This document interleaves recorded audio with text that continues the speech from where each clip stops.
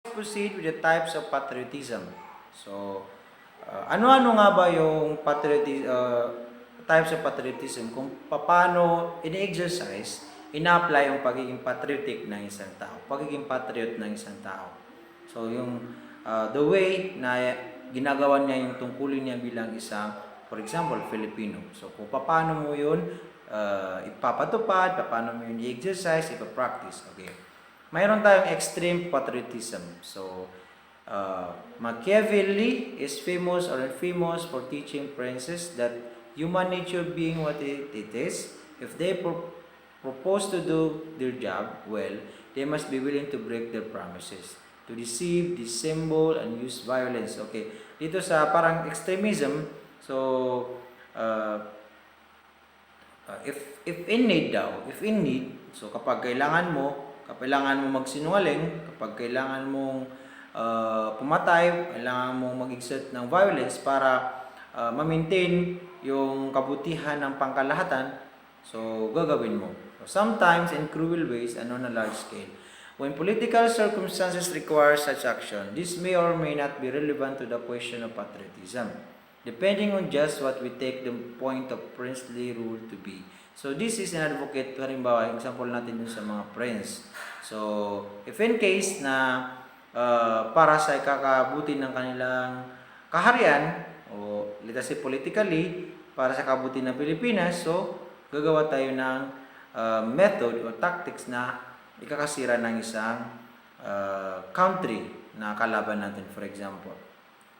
A less well-known part of Machiavelli teaching, however, is relevant. So, for he sought to impart the same lesson to politicians and common citizens of our republic.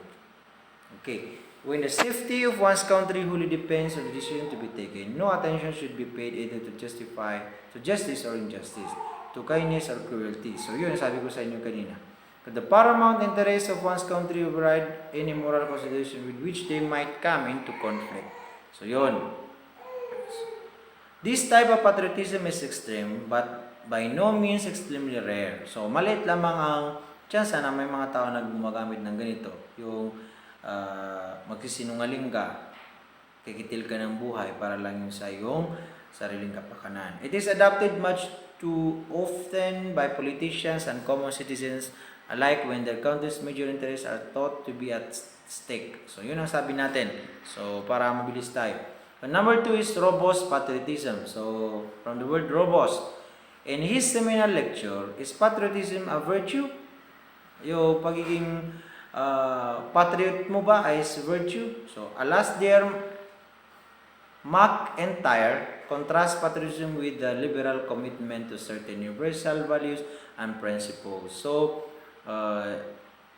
ginawa niya is contrast patriotism with the liberal commitment. So, parang he contradicted the liberal commitment to certain universal values and principles. On the liberal view, where and from whom I learned the principles of morality is just as irrelevant to their contents and to my commitment to them, as where and from whom I learned the principles of mathematics is relevant to their contents and my adherence to them. Di ba?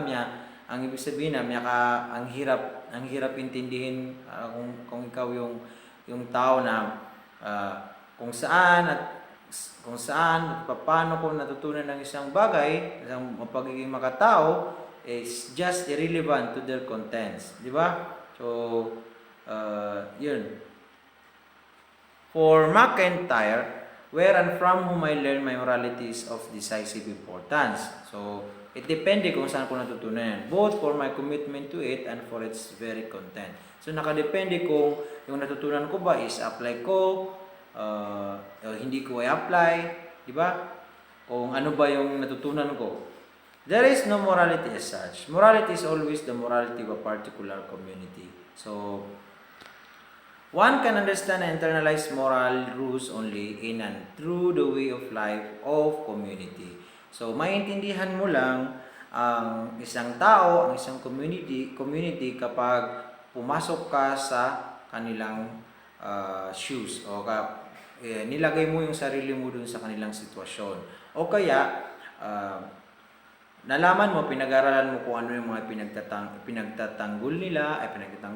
pinaglalaban nila sa buhay, ang kanilang mga beliefs, at saka principles, aspiration, saka mo lang masasabi kung tama ba o mali yung kanilang pinaglalaban. So, yun ang sabi niya dun sa unang paragraph. Moral rules are justified in terms of certain goods by they express and promote. Okay. But these goods, too, are always given a part and parcel of the way of life of a community. The individual becomes a moral agent only when informed as. Okay. Number 3 is moderate patriotism. I hope you understand. Okay, rejecting robust patriotism does not entail adopting sweeping impartialism that acknowledges no special obligations and allows no partiality to our own. So, moderate patriotism. So, ibig sabihin, yung tao, dito daw, nare-reject niya yung robust patriotism kung saan walang obligation na iniisip yung tao. So, as to, for example, responsibilities, so, wala kang kinikilala, kinikilingan, halimbawa, so, ang sayo lang is, so, ganito lang yung buhay ko. Ayaw ko na tumulong dyan dahil wala naman akong pakinabang. Wala namang may tutulong sa akin, for example. Nor does it entail adopting the more restricted cosmopolitan position that allows no partiality to our own country and compatriots. So, yung wala kang kikilingan, wala kang tutulungan, ang sayo lang is mabuhay ng payapa. There is considerable middle ground between these extremes. Exploring this middle ground has led some philosophers to construct positions accommodating both the universal and the particular point of view, both the mandates of universal justice and claims of common humanity, and the concern for the patria and compatriots. So, moderate. Ibig sabihin, hindi naman sobra, hindi ka naman extreme, hindi ka hindi mo apakan yung karapatang pantao ng ibang tao para lang magkaroon ng sarili, para lang sa iyong kapakanan, o kapakanan ng iyong bansa. One such position is patriotism compatible with liberal morality. So, nahihirapan na kayo, I know, nahihirapan na kayo na intindihin kung anong pinagsasabi natin dito. So, to give you a short idea on this, so, meron tayong pagkakaiba-iba kung paano in-exercise ng tao yung pagiging patriot nila. Kung paano nila ini-exercise, pinapractice ang pagiging Pilipino nila. So, sa pamamagitan halimbawa, let us say si Dr. Jose Rizal, siya ay hindi humawak ng dunong, humawak ng sandata para hindi siya gumamit ng violence para ipagtanggol ang kanyang bayan. Bagkus, ginamit niya ang kanyang pluma, ginamit ng kanyang pen para isiwalat sa buong daigdig yung mga nangyayari sa ating bansa. So yun yung mga example. So unlike halimbawa dun sa iba na sa colonialization, so gumamit sila ng mga sandatahang lakas para itabo yung mga colonizers. So deflated patriotism claim that moderate patriotism is morally mandatory, that we have a duty of special concern for the well-being of our country and compatriots, similar to special duties to family or friends.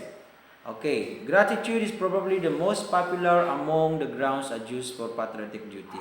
So, dahil may utang na loob tayo halimbawa sa ating bansa, dahil tayo ay Pilipino, dahil may utang na loob tayo dun sa bansa, dahil sa lupa na ating sinasasakupan, so yon. So, we have the gratitude to para ibuwis yung ating buhay para sa kapakanan ng ating bayan.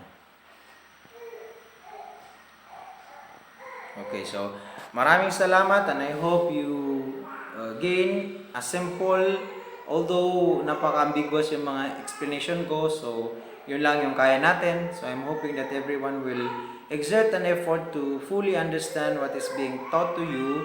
So alamin niyo ng maayos, basahin ninyo dahil maliit lang naman yung mga sample na binibigay natin. So maraming salamat.